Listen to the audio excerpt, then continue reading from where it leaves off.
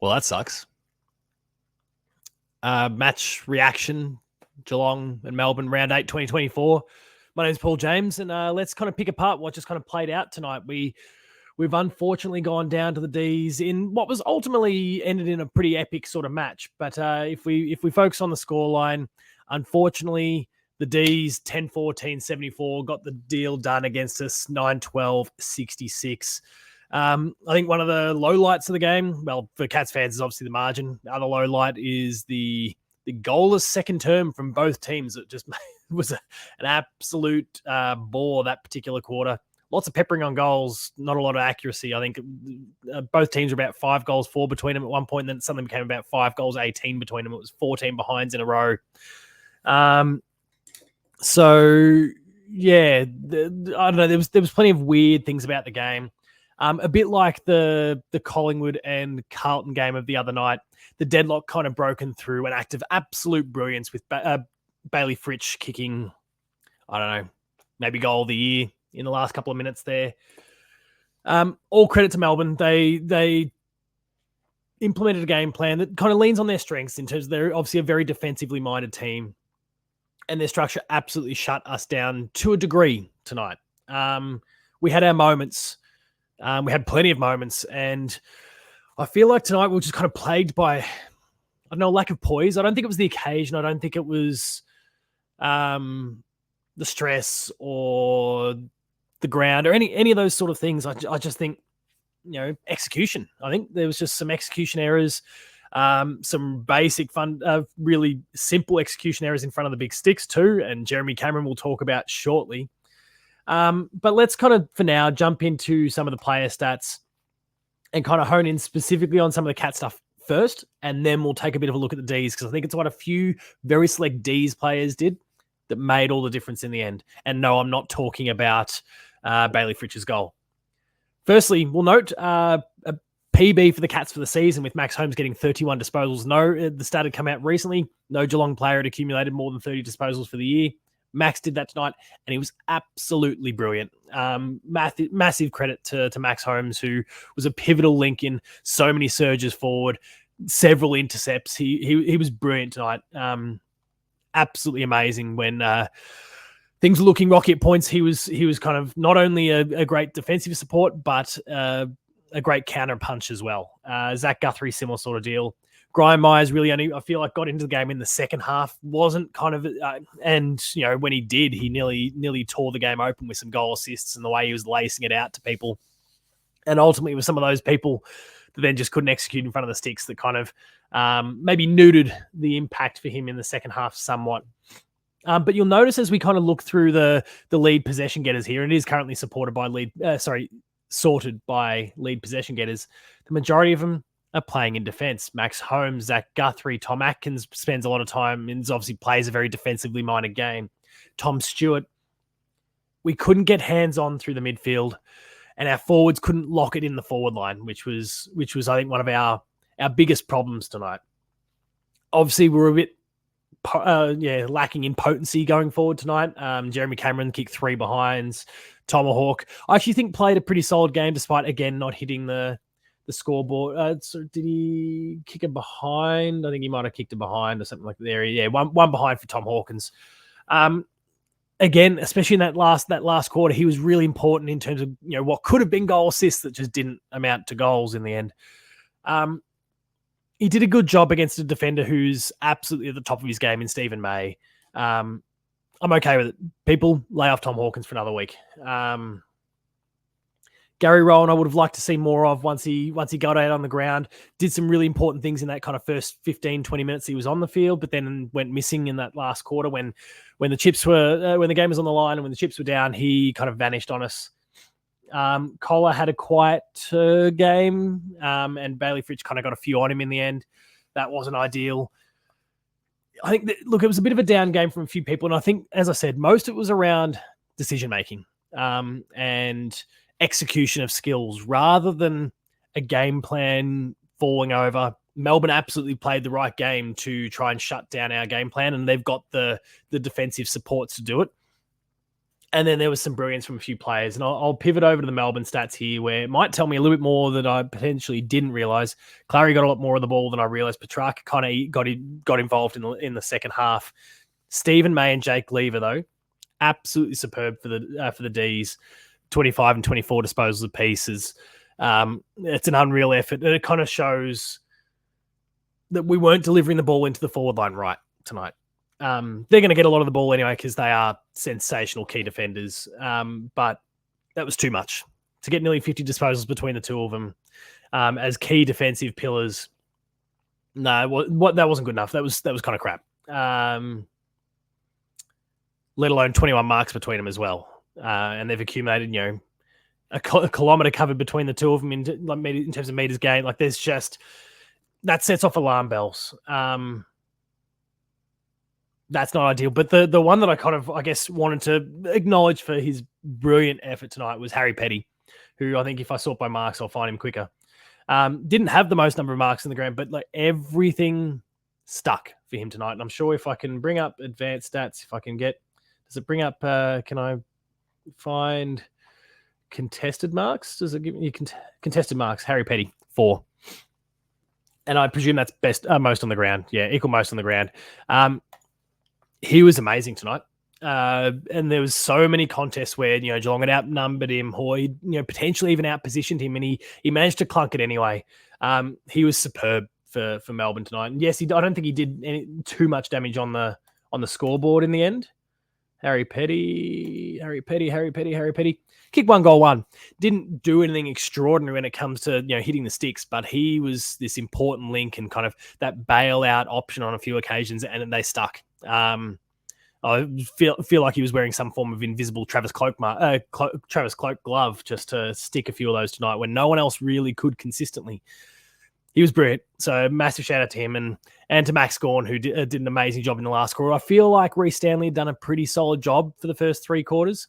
And then Max got that early goal, which, look, the way the ball got delivered to him in the first place, I don't think Reece could have done much to stop, and certainly couldn't have done much when Max decided to take off from 60 and decide to have a running shot. But that got Max's tail up. You could see kind of breathing a bit of fire. Probably had the shits up a little bit too because Reece Stanley had managed to knee him in the head earlier on in the piece, and Reece just couldn't hold his momentum. So. Yeah. And obviously, what can you say about Bailey Fritsch, right? That may well be goal of the year at the end of the year. It was a brilliant piece of footwork from him when he really had no other choice. There was not a lot else he could do at that particular point, and he nailed it. I don't think, honestly, and I'm going to check the team stats for some alarm bells to see if there's anything I should be concerned about. I think marks will be one that's absolutely a glaring problem that we didn't kind of shut down the way that the Ds were trying to play their short game against us. And it leaves me a little bit worried for a game against Sydney, a team who also likes to play kind of shorter, sharp, and then overlapping possession. I think that'll be the red flag because, statistically, we've got more disposals. We've got fewer kicks, but they were playing kick mark. I'm not too worried about that. We offset that with the handballs, and that's probably to be expected as well. And you can actually see like the sort of game they were playing. It shows their kicking stats well up on their average versus their handballing numbers considerably down. They knew the game they needed to play to beat us, and we didn't adapt quickly enough. Disposal efficiency, not that it's well below our average or anything like that, but again, I think it was a combination of absolutely some missed kicks or handballs from time to time, but some of the decisions as well weren't always the right ones, and that kind of let us down tonight. Not a flaw in the game plan, just execution. The efficiency inside 50, we did let them have it a little bit too easy. It's up on their average. Look, hell, we were up on our average. It was a bit of a free-flowing one in that sense, especially in the second half. But we let them have, especially late in the game, a bit too easy of a run of it. It was good to see Reece kind of got on top when it came to the hit-outs. There wasn't many. There's certainly not many centre clearances. Our clearance numbers good against a top-tier midfield. It was really good. Like Tanner Bruin, his day got cut short with a shoulder. Hopefully it's not too serious. I didn't see him strapped up at the end of the game. But our clearance numbers, right there with, absolutely if not the best, then right there, the best midfield in the competition, and we matched them across the game. Not so much through the centre, but certainly around the ground, we had them covered there. Contested possessions, uncontested, that's all fine. Turnovers, we had a couple more. That's definitely up. Well, both teams were up on average, but I guess the kicking was a bit wayward, especially in that second quarter. We just couldn't get the game in our half.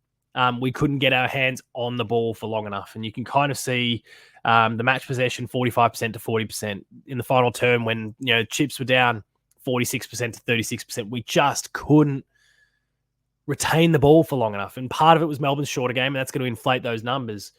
But that keeps us hands off it. They had to do more to kind of lock down at that point. And there's your marking stat. Both teams well and truly up because Melbourne were trying to play that shorter game and then did a pretty good job of halting us going the other way. But quite a difference. Their chipping game did us in, and the contested marking was brilliant from them. Again, you got Max Gawn, especially late, some amazing ones. Harry Petty all game. A fantastic effort from Melbourne.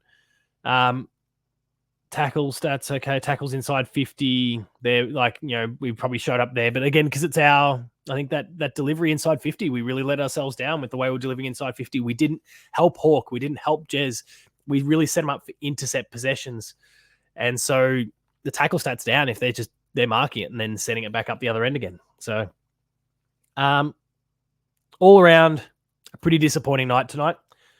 But am I going to throw the baby out with the bathwater? Absolutely not. I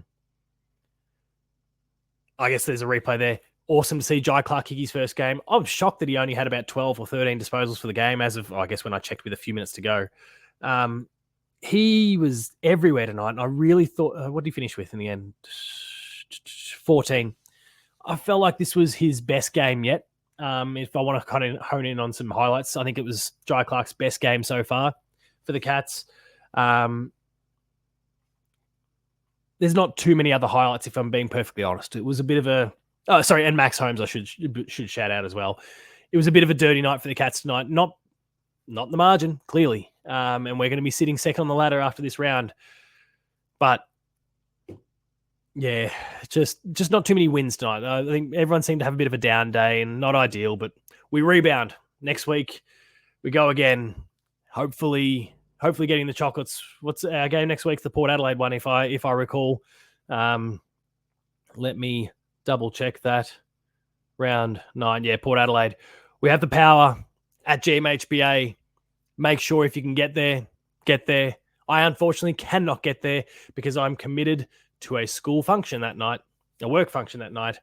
And I'm pretty devastated to be there, to be honest, considering that we've got a home game against the Power, but it is what it is. Make sure you're there. Make sure you're loud. Make sure you're supporting the Cats. Check out all the amazing Hoops Crew content from Post Game Live, which as of when this video goes live, will be airing right now on the YouTube channel as well. It will be live. There's a whole range of awesome content as well, from behind the play to the Chaps Chat Cats and their different previews of the seniors, the men's, the women's, the seconds, the VFL teams. It's comprehensive. Go check out all the stuff there. Full Nuff mode, Nuff of the week, awesome stuff. Please check it all out. We're putting in a heap of work. Go check out the Patreon. Become a patron. Help grow what we're building here. It's been amazing. Wasn't our night tonight. Don't get too angry. I think let's keep things in check. We are 7-1. I'm not going to go and say this is the loss we needed to have because that's bullshit. But it's disappointing. But I think it still shows the game plan works. We've just got to be careful. There's still got to be some sense applied and the right thinking about your game. And they'll learn from this. They'll come across this game plan again now. Like Sydney will implement it. Melbourne will implement it when or if we play them again. I can't remember the fixture, but when or if we play them again. Other teams will probably look to try and implement a similar thing now. Now they don't all have key defenders like Stephen May and Jake Lever, but they'll look to implement similar sorts of things, and we've got to learn from this particular game and how we can kind of puncture our way through that. Cats fans, let us know in the comments how you think we should handle that when we come across a game plan like this again, when we come across the Ds again. Thanks a lot for watching. Remain Geelong strong, and I'll see you later.